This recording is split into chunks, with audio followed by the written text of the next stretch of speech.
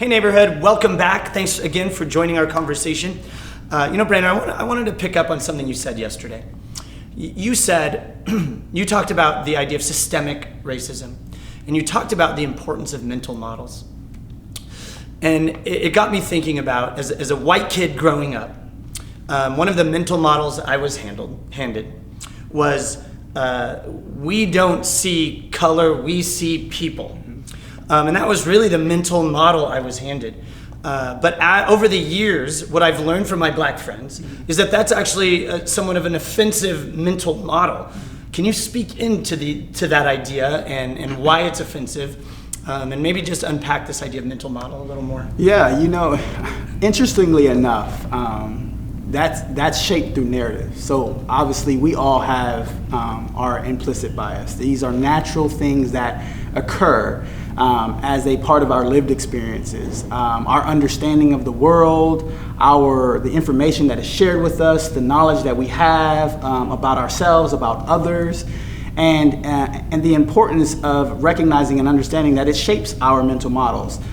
This brings back a story I often tell people. So as a kid growing up, I used to get super defensive when kids called, when I had to check black on the sheet from class, or if my friends called me black, or whatever the case may be, because I would tell people, well, I'm not black, look at this crayon, that's black, and I'm not that color, I'm brown, kind of thing.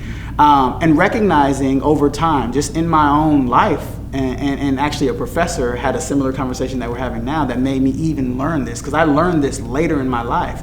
The importance of seeing color, the importance of acknowledging and recognizing color. And here's what I struggled with as a kid growing up when I was fighting against it, is I recognized is in my space, the experiences that I were living, to be black was negative.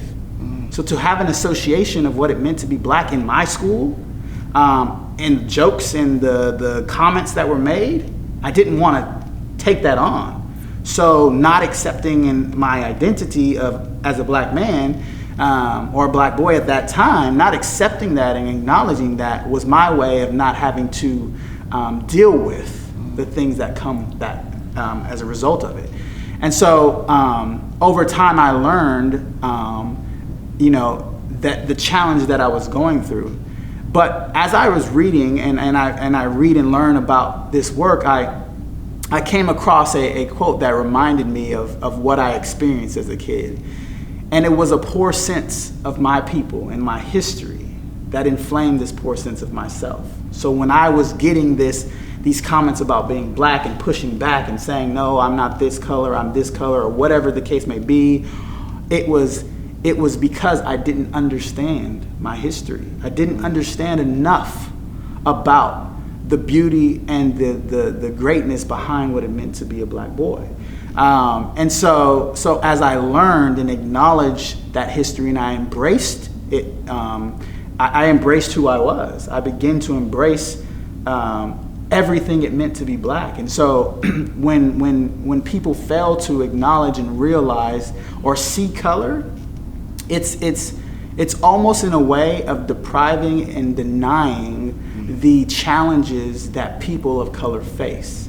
It's not seeing them, not because of their physical appearance, but it's not seeing the challenges and all of the struggles and injustices that came along with being black or being a person of color. And so it's really making sure that we recognize and acknowledge that. And that's why it's so important that people see color, because there's so much history behind it, so much history beyond the injustices, but the history of the greatness of what it means to be black. And so even as a black man, I make sure that I teach my children and other children when I have opportunities about the history of our black people, or black people in general, more than just slavery and the enslavement of black people, more than Martin Luther King and Rosa Parks, but really the brilliance of Frederick Douglass and Marcus Garvey and Dr. Williams and Henrietta Lacks and the heroicism of the Little Rock Nine, all of these people who've done so many great things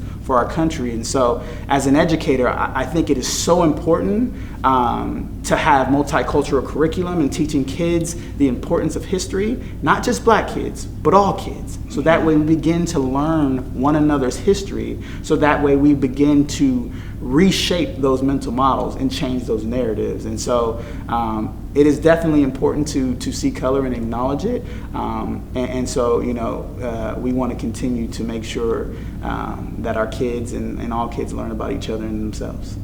Phenomenal. Thank you again, Brandon and Neighborhood. We'll see you tomorrow.